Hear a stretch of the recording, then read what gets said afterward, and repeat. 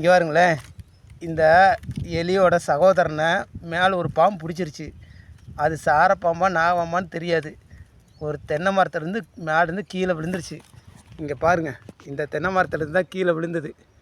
இப்போ மேலே இருக்கிறது நாகப்பாம்பா சார பாம்பான்னு தெரியல, அதனால் நான் மரத்தில் ஏறலை. இங்கே பாருங்க, அங்கேருந்து இங்கே விழுந்து இங்கே பாருங்க, நான் தொட்டால் கூட அது தன்னோட உயிர் பயத்தில் இங்கே பாருங்க முகத்தை மூடிட்டா எதுவுமே தெரியாதுங்கிற மாதிரி. இப்போ நம்ம ஏதாச்சும் பிரச்சனை வரும்போது கண்ணை மூடிக்கணும் பார்த்தீங்களா, அதே மாதிரி தான் முகத்தை மூடிட்டு இருக்குது.